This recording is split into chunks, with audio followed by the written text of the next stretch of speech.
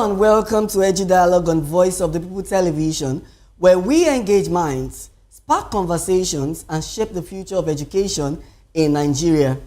I'm Matthew Ogunswada, and on the program today, we will be exploring a pressing issue: internet fraud among Nigerian students, the causes, consequences, and how to prevent it. We will also take a look at the recent policy announcements by the federal government setting 16 as the minimum age for admission into tertiary institutions across Nigeria. But before we go into the main discussions, let's take some top stories from the education sector. The federal government has launched a new national policy aimed at regulating the activities of private and non-state schools across Nigeria. This move is designed to address the growing concerns over substandard education, unqualified teachers, abuse, and poor learning environment in some privately run schools. Speaking at the unveiling, Minister of Education, Professor Tahir Mamman, said the policy will ensure quality assurance, safety of learners, proper teacher training, and alignment with the national curriculum. He further noted that while non-state actors play a vital role in expanding access to education, there must be clear guidelines to ensure they operate within acceptable standards. Lecturers at Abia State University are currently experiencing intense hardship due to 12 months of unpaid salaries. Members of the Academic Staff Union of Universities, ASU, in the institution say the situation has crippled morale and affected teaching, research, and student supervision. The lecturers described the state of affairs as unbearable and said they have resorted to borrowing and struggling to meet daily needs. They are therefore calling on the state government to immediately clear outstanding salary arrears, warning that the continued neglect could lead to a total breakdown of academic activities, while some staff have threatened to resign or leave the country if nothing changes soon. Moving on, the Joint Admission and Matriculation Board, JAMB, has released its 2025 admission trends, revealing that the Lagos State University, LASU, the University of Lagos, UNILAG, and the University of Ilorin, UNILORIN, are the top choices among candidates nationwide.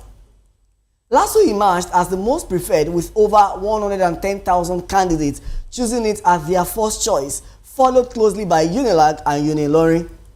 The institutions are known for academic stability, competitive programs, and increasing digital innovation in teaching and administration. Education experts say the data reflects students' preference for institutions with reputation, quality instructions, and employment potential. The list also indicates a declining interest in some federal institutions that have recently suffered from strike disruptions and infrastructure challenges.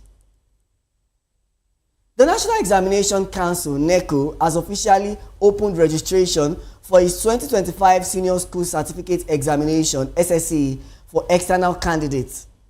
The council says the registration process will close on September 18, and all interested applicants are advised to complete their biometric and online enrollment on time.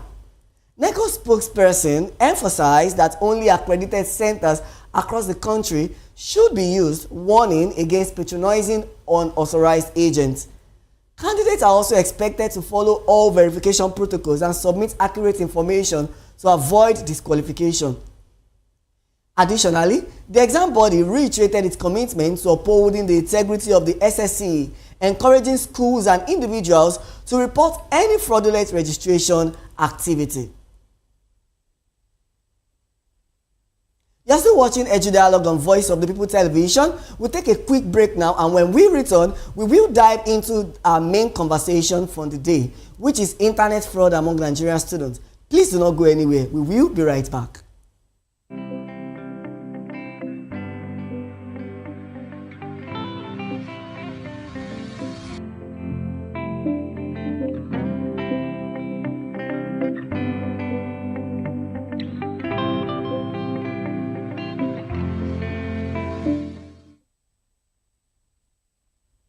Welcome back to Edu-Dialogue on Voice of the People Television, and thank you for staying with us.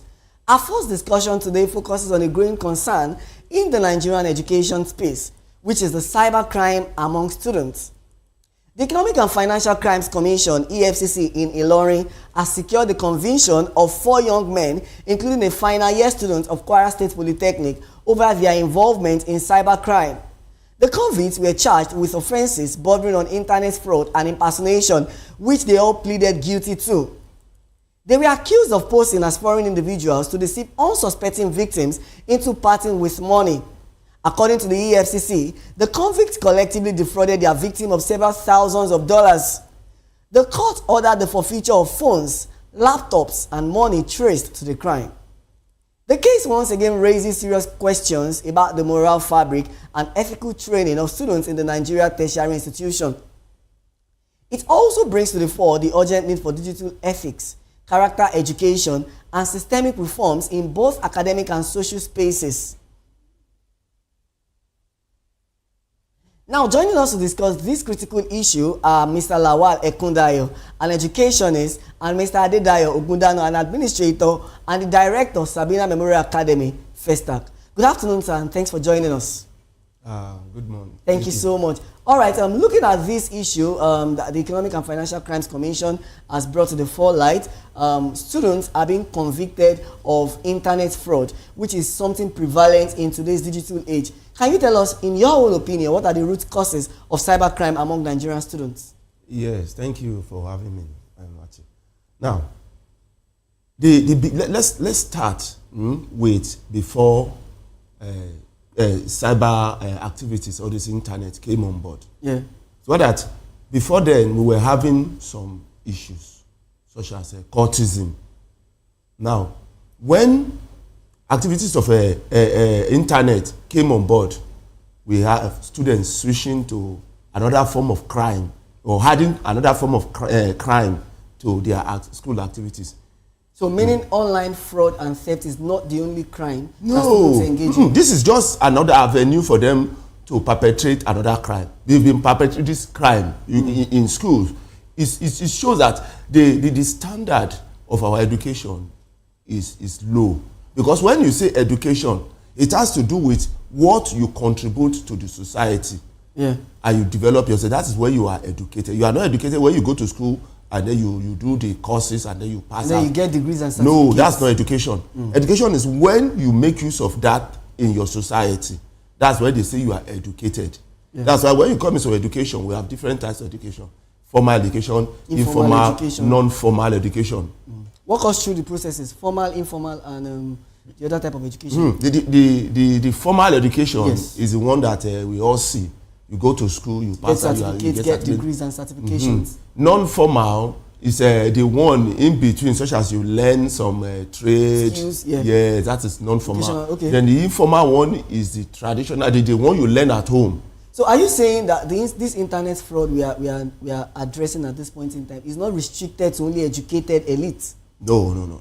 Okay. It's cut across. You see so many of them because the youth now see it as a form of job opportunity. That is the problem. That is the main problem. Now, somebody wants to pay the school fees. You are not getting funds to pay school fees. Yeah. And a friend introduces you to cybercrime that you can make money and pay your school fees with this, and then you can just pose. They'll start with something like a small, like maybe let me just use your account number to collect some amount. That somebody will drop amount to your account, and they don't worry, I'll give you something out of it. And then somebody drop a good amount into your account. You don't know where it's source, and then they give your mates give you part of it. Yeah. And then you see that and then you're able to settle some of your bills in school, or you settle all your bills. You're already into it. Now, before you know it, they start, moving you to another level of maybe, posing as a male or a female on the internet, and then gradually, but the main thing is that incentives keep coming in. Yeah.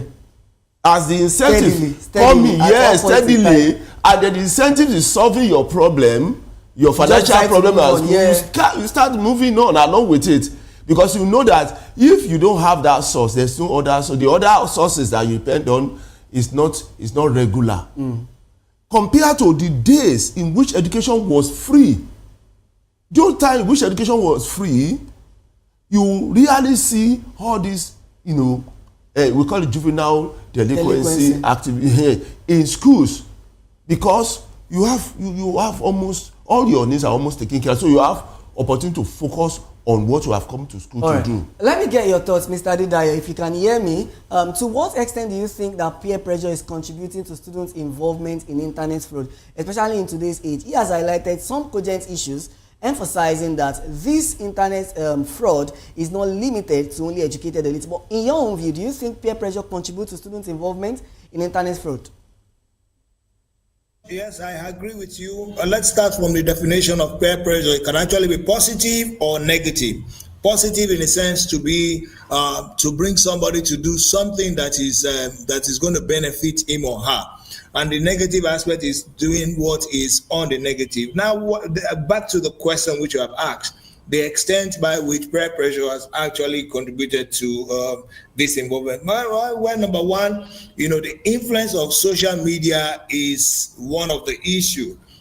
Social media flaunts wealth, not hard work, basically.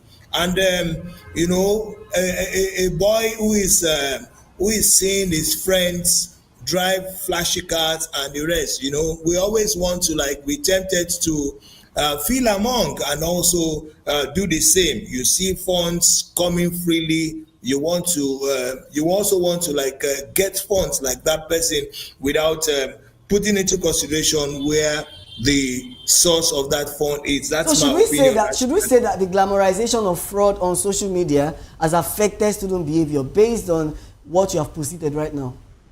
Come again, sir? I said, should we say that the glamorization of fraud on social media have affected student behavior in today's digital age? Yes, it has, because the internet celebrates progress, not even putting into consideration. The young ones, we also want to have these people who make progress as their mentor. They are tempted to imitate what they are doing. And how do they go about that? By trying to get quick money. Get rich quick syndrome. I think these are the conversations that we need to be having in Nigeria's education space, because the get rich quick syndrome is something that has affected a lot of students and has affected student behavior. But Mr. Lawal, let me come to you, because when we talk about student behavior, what should we be looking at in today's age when it comes to student behavior? Should we deal with the cognitive behavior? Should we deal with the psychological behavior when we talk about student behavior? And the glamorization of social media, in what way has it posited fraud into the life of students in today's age? Sorry. Now let me say something. See, it's not the internet that is the problem. It's the channeling of the energy of the internet that is the problem. It's not the internet. Channeling, like you can use your phone normally. You use your phone to do research. You use your phone for so many other things. Like the internet. Use for so many good things. But by the time you divert it to something that is not right, that is when it becomes problem. So it means the phone can be used for something good and then something not right. Yes. And it's left for the student to decide what he or she wants to use the phone to do. Now, that is where the problem comes in. Exactly. My question to you, how does the student know that this is the right thing for me to do and this is the wrong thing for me to do? They say devil finds work for an idle hand. An idle man is the devil's workshop. Yes. An idle man's brain is the devil's A hungry workshop. man is an angry In an angry man. man, exactly. Good. African proverb. Thank you. Now, what happened is this. The internet is not, students are not being educated on how you can use the internet to make money positively. That's the major problem. So they just make use of it based on what they see without being guided. There are people who post fashion on internet. There are some students who go into fashion designing and they post it on internet. There are some students who make food and deliver to their mates. And they send it on internet, and some of them get to them through the internet. You can see the positive aspect. Now, the others, they are not being channeled properly into the positive aspect of the internet. Had they've been properly channeled, then the student will focus more on the positive, how they can use the internet positively for their progress. But because they were just left on their own to use it the way they like, and it is easy for the bad ones to divert them to what they want them, what they want to use them for, and then that's how they get involved. So this thing that is going on is in the schools is just not an ordinary internet cybercrime. It's not limited to the internet. I'm not. It's a chain reaction. It's a connection. It's a cult. It has been imbibed into the cultism of the school, so that the moment you are involved, you can't get out. They threaten you.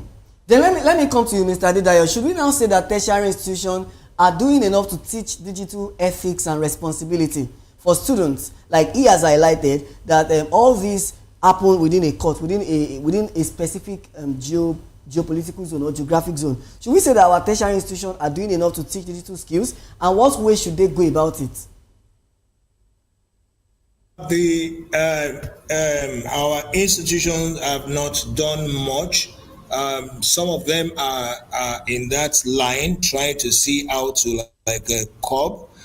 One of the issues is the accessibility of the internet, the inability of the institution to punish offenders. Cyber fraud and the rest. If it's not their inability to curb it, and I say to an extent that the university do not have so much power in that line. And one of the ways to curb it is, cyber education, to be able to educate people concerning the risk attached to it, the danger of this crime, and of course those who have these services to also put up punitive measures. Those who are using these services as well, you and I using it, to be able to also see to curbing access to your account, so that you are not defrauded. So back to your question, the university may not have done much because they have their own limitation. Now, in this case, Mr. Edu-Dialogue, in this case where the Kwara student was jailed for internet fraud, what do you think should be done? Should it be treated as a criminal offense or an offense that requires rehabilitation? Because this is a pressing issue. This news broke out and it's a pressing issue that is affecting the society right now. Thank you very much. It is in two phases. If that person is a minor, needs rehabilitation.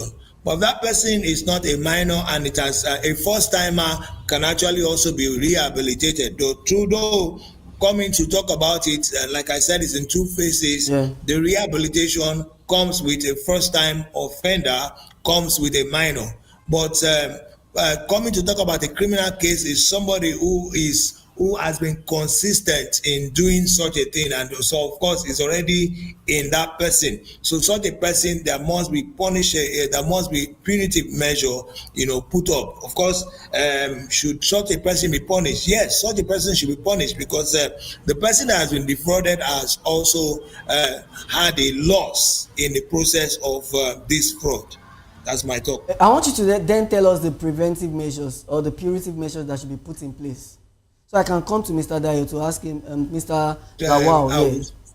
Come again? I want you to tell us those preventive measures or those things that should be done properly for students that are alleged to have done something like this, internet fraud. Because this is something rampant in the society, and it's not even only limited to internet fraud alone. We'll see in some parts of Lagos, we'll see young girls doing hookup. So this is just one of the crime that is affecting Nigeria's education space that should be addressed. So what are the preventive measures, and how can students be properly redirected such that their tech savviness will be towards legitimate digital entrepreneurship? Thank you very much. If we continue, the society, the mass media continue to promote and educate young ones concerning how to positively use the internet, it will go a long way. The educational system, the churches, go into that. One thing I must say is that the introduction of the internet has its own plus and its minus. And so the minus seem to be overshadowing the plus via our young ones, because, they learn from what they see. We don't just talk as parents. we need to like put action to it. And how do we go about that? By educating them, by giving an enlightenment. These ones who are into it, get a vocation. If they are doing something that is keeping them busy, introducing robotics that they can actually use. If you go to China or Japan, you see what is happening there. Introducing robotics, in our educational system, in our universities, in our secondary schools and our primary schools, then of course, our young ones will begin to use this opportunity for something that is positive and not on the negative. Those are my thoughts, sir. Thank you so much. Emphasis on vocation and training. Now, let me come to you, Mr. Ekundayo. If we look at this case, it's something that is appealing to the society right now. Do you think there is a gap for disciplinary system of tertiary institutions regarding cybercrime? And what role do family play? In fact, now, because there is a popular saying that charity begins at home. See, one thing is this. One, the disciplinary system of our institutions has dropped drastically. It wasn't what we used to have in those days. It has seriously dropped, and that has seriously encouraged a lot of all this juvenile delinquency activity in the schools. One. Second, if you go to the family, it's also there. Even the government is one of it. I said that the government will have declared a state of emergency in schools, criminal activities, all these juvenile delinquency. Because this thing, if you go to secondary school, it's already in secondary school, you don't know. It's already, I've taught, I'm a teacher. I have come across students who are involved in cybercrime. You mean secondary school students? In fact, yes, in GSS. I'm talking about even GSS. They're already involved. In cybercrime activities. I am telling you, in this internet fraud, they are there. In junior GSS. Yes, I'm not I've come across all these things before. I once asked a junior, somebody in GSS 2, what will you do with 1 million? He said, if you have 1 million, what are you going to do with it? Because I don't know what somebody like you want to do with money, that you are into something like this. He was saying, I will give my parents some money, I will give I'll pay some money to the church, I will buy this and that. I will look at that's it. That's what goes on. You see them all over the place. So this thing is not, before, if you say we want to curb it, the government has to declare state of emergency in the education system. They will now set up committees, programs to look at the root cause of all these things. You gather experts to look at the root cause of all these things and provide proper solutions so that we nib it in the root. In the root, we cut the root. By the time we cut the root or sever the root, that is when we can now be able to resolve most of this issue when we get to our institution. That's why the government is involved, because one of the major things that is driving these children is financial shortcomings from the home.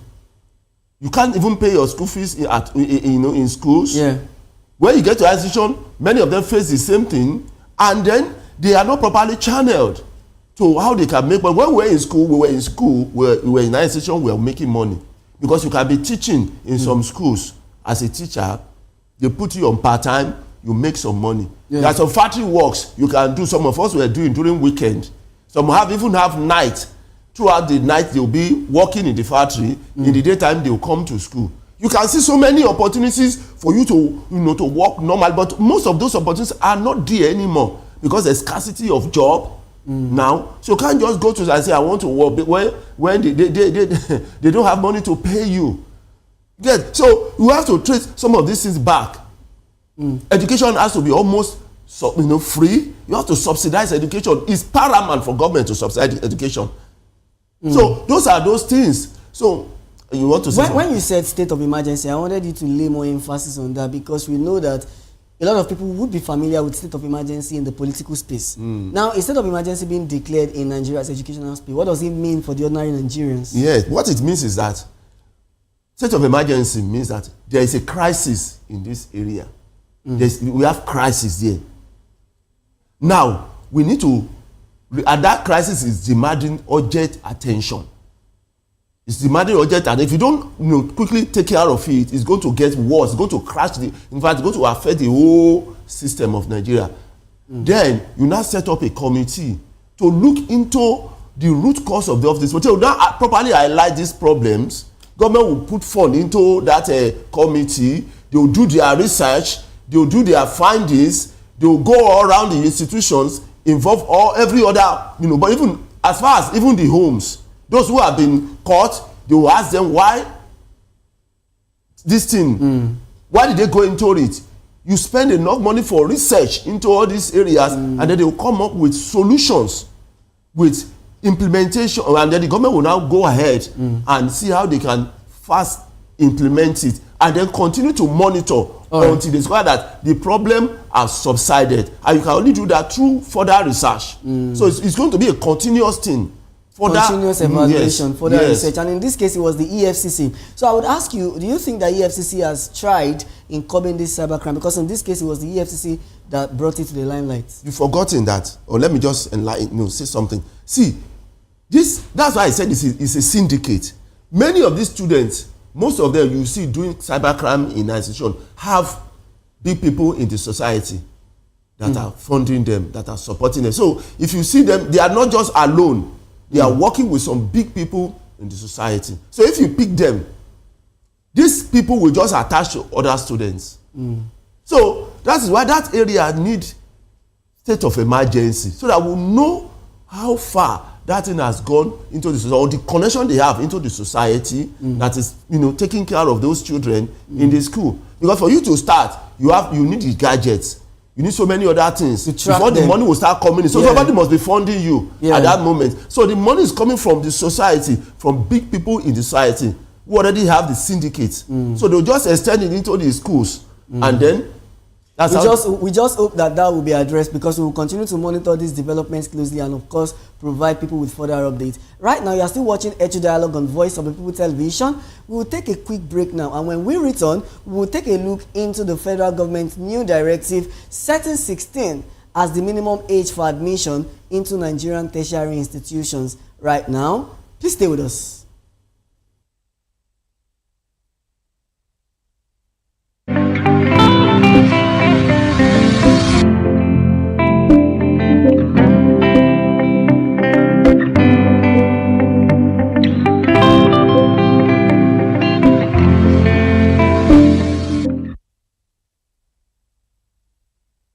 Welcome back to the program. It's still Edu-Dialogue on Voice of the People Television. In a significant policy shift, the federal government has announced that students below the age of 16 will no longer be allowed to gain admission into Nigerian tertiary institutions. The announcement made by the Ministry of Education is part of effort to improve academic maturity and reduce underage enrollment. The directive has sparked nationwide conversations among parents, educators, and policy experts. While some agree that emotional and mental maturity is crucial for surviving the rigors of higher education, others argue that academically gifted children should not be held back due to age. The policy aligns with global best practices and is expected to reduce issues like cultism, peer pressure, and poor coping mechanisms often associated with very young students on campus. Authorities have also urged schools to adjust their calendars and guidance processes to reflect these new policies. And still with us to discuss this development are Mr. Lawal Ekundayo, an educationist, and Mr. Adedayo Ogundanu, an administrator and the director of Sabina Memorial Academy, FESTAC. Thank you so much for joining us once again. Now, do you think that 16 years as the minimum age for tertiary admission in Nigeria is realistic? Of course, it's realistic. But in education, we don't just come up with things like this. We do based on research findings. So the question is, what research has the government conducted before they come up with something like this? Because you can't just go into education, something like this. You can't just talk about it without proper research to see what you want to achieve from it. What is the government planning to achieve from it? What is their target? These are questions. Do you want to quickly produce technicians in the society within a short time? That's why you are setting minimum age of 60, so that people can quickly get into technical area, schools, and come out, and then we can quickly fix them in the industry. Is that the reason why you are doing it, or you are just doing it based on the fact that for political reasons? We can't just operate like this. You must tell us why you think you want that 16-year age of limit, or 16 years.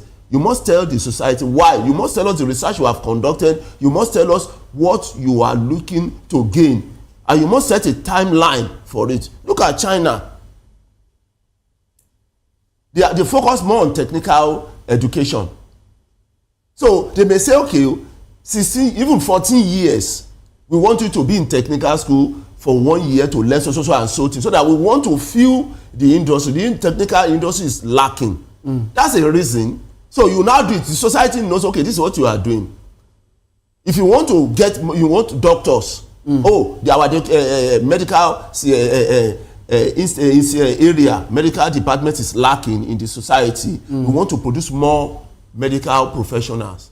So you now set a timeline and say, okay, this is the reason why we are doing this. So when the next so time we want to produce so that is a process. Well, a target. the Ministry of Education have said that it is part of effort to improve academic maturity and reduce underage enrollment. That the reason is very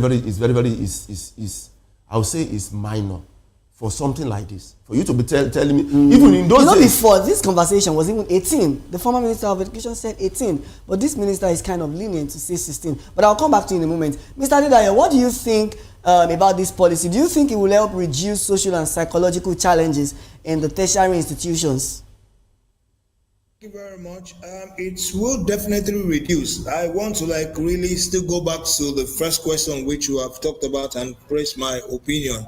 The age 16, if you follow the standard, 16 is also very good, and that's new standard. I think it's proper.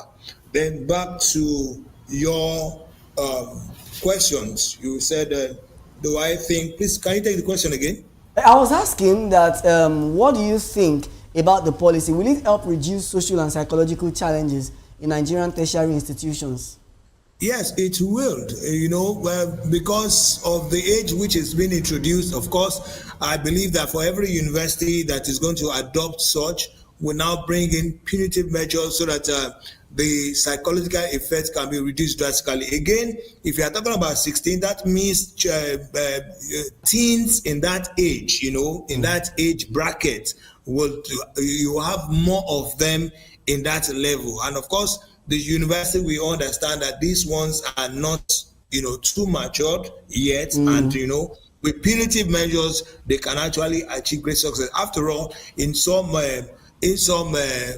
countries, we have those who are younger than that, going to university, and of course we have records of those who are at age 20, 21 becoming professors. So there must be special cases given. So Mr. Edu-Dialogue, I know you are the director of Sabina Academy in Festac, yes, and it's a private institution, isn't it? Yes, it is. So do you think this policy might affect private and accelerated learning schools? Well, to a large extent, for those who do not follow the standard, there's a standard that is being placed for entry into primary school. There's a standard placed for secondary school. So for the private institution, one of the challenges we face are parents who want to accelerate classes.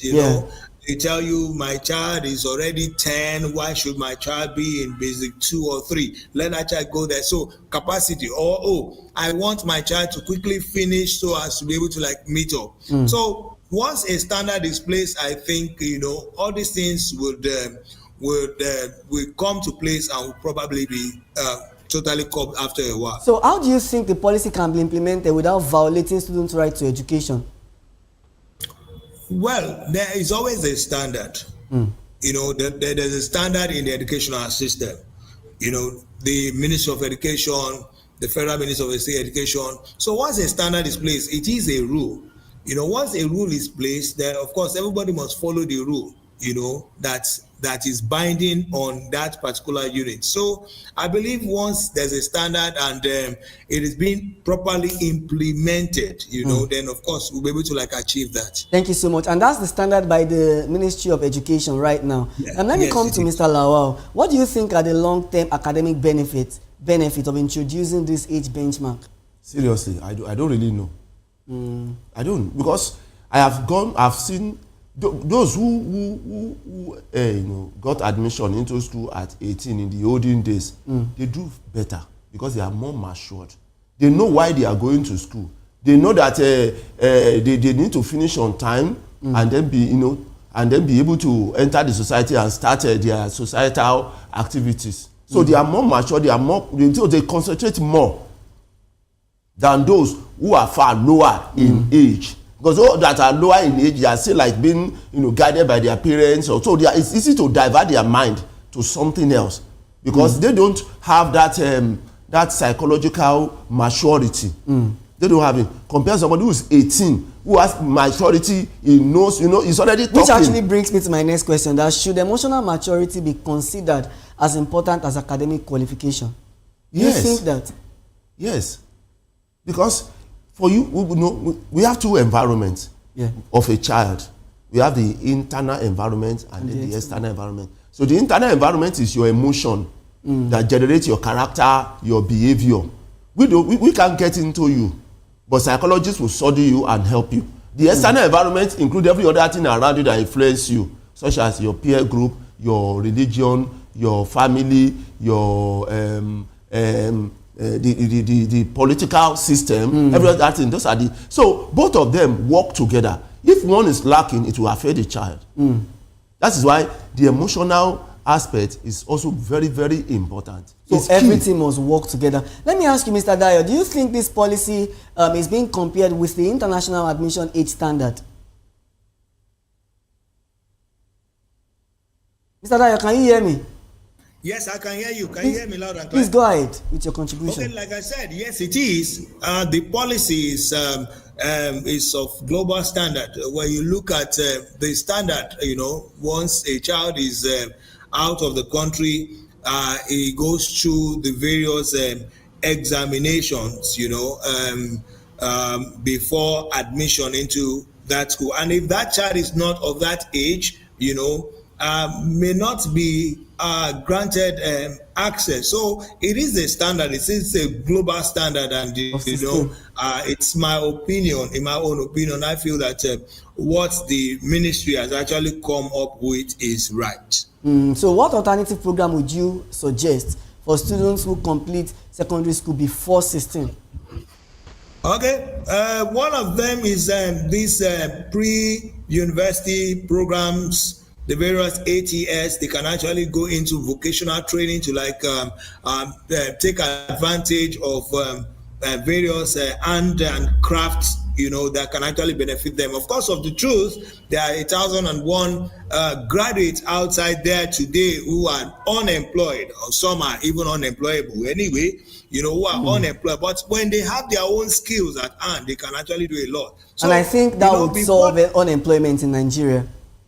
Yes, that will solve unemployment. So if a child finish school early, is given the opportunity to learn art and craft and to learn how to use the internet properly and other things, he'll be able to learn some other trade, fashion, shoemaking, and leather work, etc. And if he still wants to go into other educational line, he can actually learn the ATS program, the ICANN program, the professional programs, and of course the program for IELTS, TOEFL, etc.